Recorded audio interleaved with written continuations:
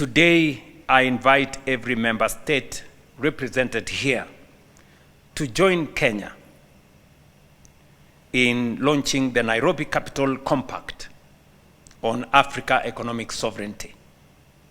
The compact rests on 5 commitments: to progressively recapitalize ATIDI, to strengthen the alliance of African multilateral financial institutions, to mobilize Africa's domestic capital, to expand our guarantee and risk-sharing capacity, and number 5, to build globally competitive African multilateral financial institutions. This is an invitation to governments, institutional investors, and development partners alike to finance Africa's transformation on the correct terms. Our bottom-up economic transformation agenda requires investment on a scale that public resources alone cannot provide. Private capital must therefore become our partner. Strengthening ATIDI is not only in Africa's interest, it is firmly in Kenya's national interest. Kenya will lead from the front.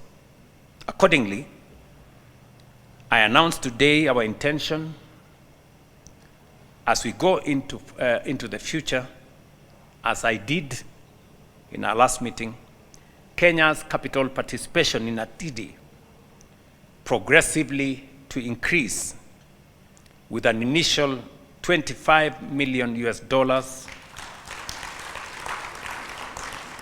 We will continue to increase until we arrive at $65 million.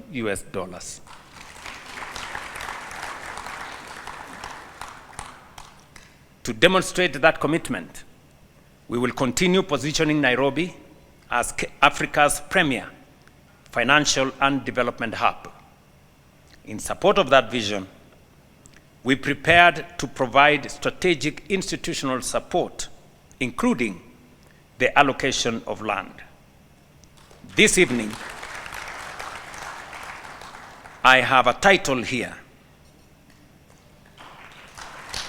issued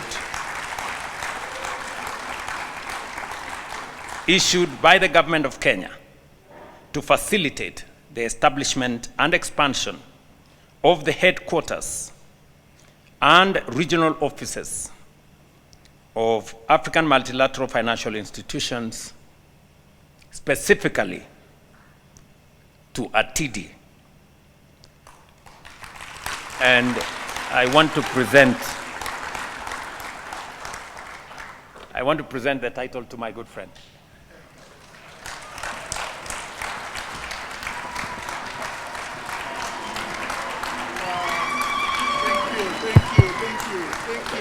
Makofi ajaye kabisa. Let's give a warm clap for that. Thank you so much. Thank you. Thank you very much. Please, let's take our seats.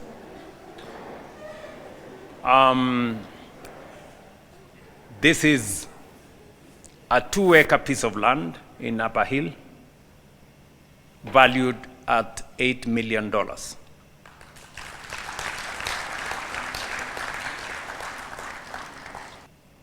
When we had the Africa Forward Summit here last month,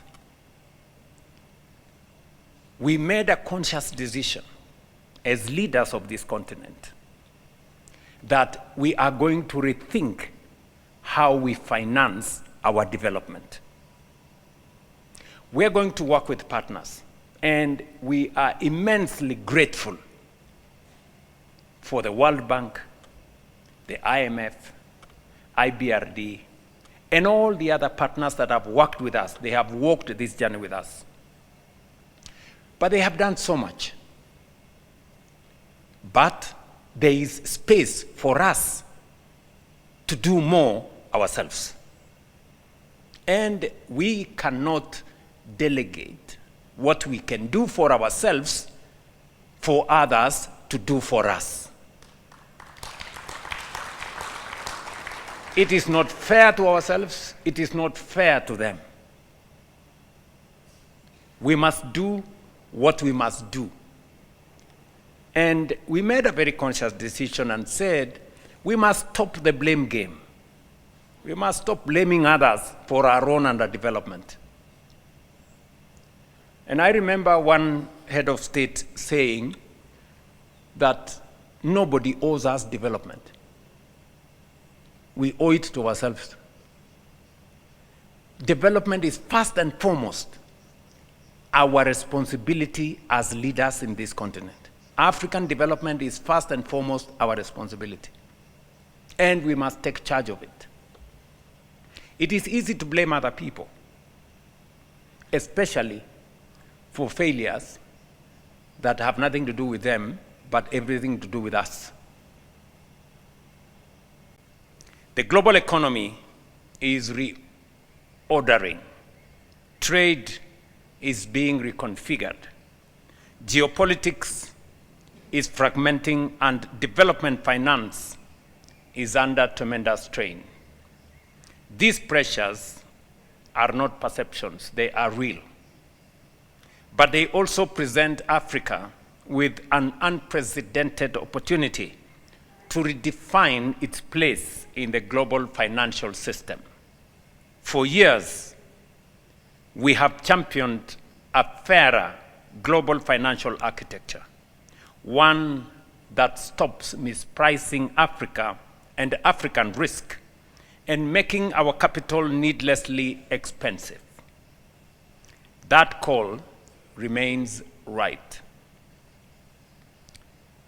I have been, as they have said, to every forum and every meeting, and I have stated our position unequivocally that we do not want a system that favors us. We want a system that treats all of us equally. And that is not too much to ask. Africa holds nearly $4 trillion in long-term domestic savings through pension funds, insurance assets, and central bank reserves. Yet the continent faces an annual financial gap of more than $400 billion. We attract barely 1% of global institutional investment and only 4% of foreign direct investment. Even today, African countries borrow at rates between 200 and 400 basis points above their fundamentals and where the fundamentals justify. This paradox reveals a simple truth. Africa does not suffer from a shortage of capital, and that has been said by both the CEO of ATIDI and my good friend Sidi. We do not suffer from a shortage of capital. And I say so even when I specifically talk about our own country, Kenya. When I came into office, I championed and I explained to the people of Kenya why savings is important.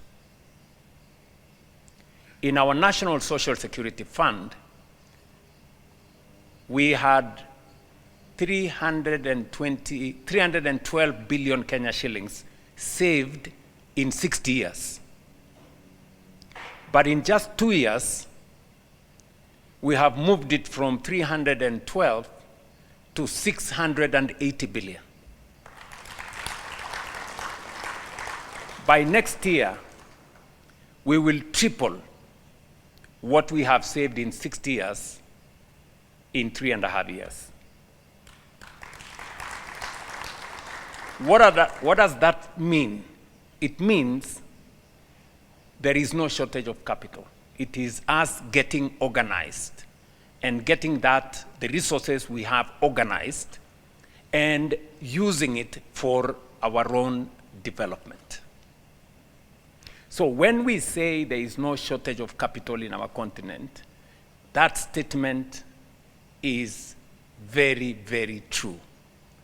From my own experience, in just 3 years, I have seen how we can mobilize domestic resources. It is easy. Actually, it's not easy. It is difficult to go borrowing money from people. They subject you to all manner of things. You know, do this, go and pass this law. How about those things, what are those ones called? You go and pass the sexuality laws, go and do this, go and do this.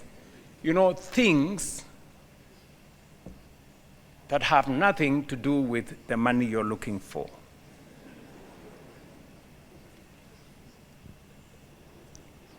But, of course, you are subjected to such if you refuse to do what you have to do.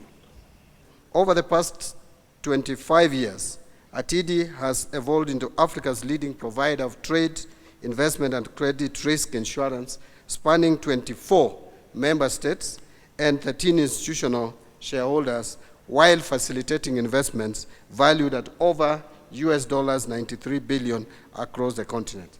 Indeed, ATIDI has become a symbol of what African countries can achieve when they work together with a common purpose and shared ambition. And this Silver Jubilee therefore gives us an opportunity not only to celebrate institutional progress, but also to reflect on the partnership, trust, and collective commitment that have sustained ATIDI's journey over the years. Since you assumed office as president, you have not stopped supporting our institutions. You have actually given it even more momentum. We have seen you in action in all the forums, either at the African Union, at the United Nations, and any forum in TICAD, everywhere you are advocating for our institutions. We say African financial institutions need to be supported, and you are leading from the front. I can testify that. Asante sana. Over the past 25 years, ATIDI has grown into one of Africa's most important financial institutions, helping to unlock investment, support trade, and reinforce confidence in African market. This is an opportunity for me to thank President William Ruto, not only for hosting ATIDI, but also for championing the new African Financial Architecture for Development, NAFAD.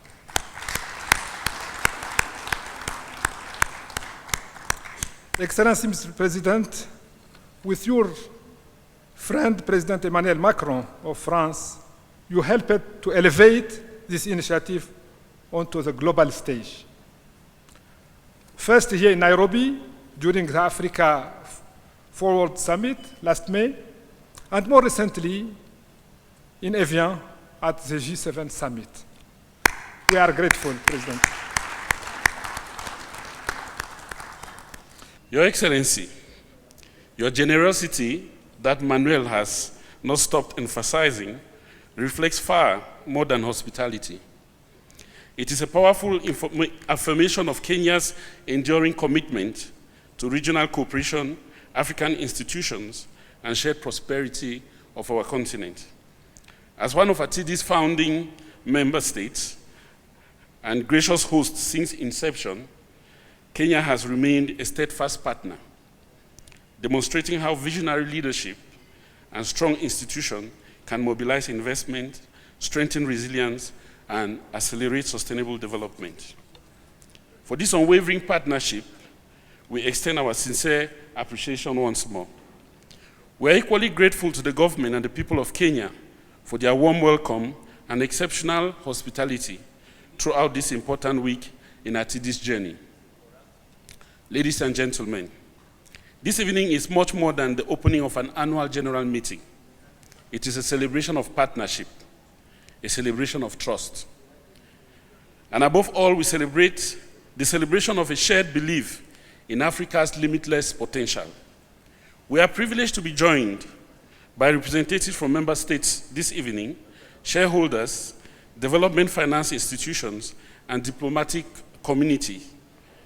Private investors and strategic partners are not left out, whose collective commitment has helped shape RTD into one of Africa's most respected mutual financial institutions. As we prepare for our formal deliberation in the coming days, tonight offers a valuable opportunity to strengthen relationships, reflect on how far we have come, and renew our collective commitments to Africa's future. This year carries particular significance as RTD celebrates 25 years, a quarter of a century of impact. It is a moment to honor the vision of our founders, celebrate the confidence of our shareholders and partners, and recognize the dedication of everyone who has contributed to this remarkable journey. Over the past quarter century, RTD has evolved from a bold African vision into a globally respected institution that has facilitated billions of dollars in trade and investment, strengthened investor confidence, and contributed meaningfully to economic transformation across member states. If capital is the engine of development, confidence is the fuel. That is where RTD has found its unique purpose. We do not merely mitigate risk, we create confidence. And where confidence grows, investors follow. Where investors flow, economies flourish. And where economies flourish, lives are transformed. This is the unique value that RTD brings to Africa and to the global investment community. The impact of this work is increasingly recognized beyond our continent.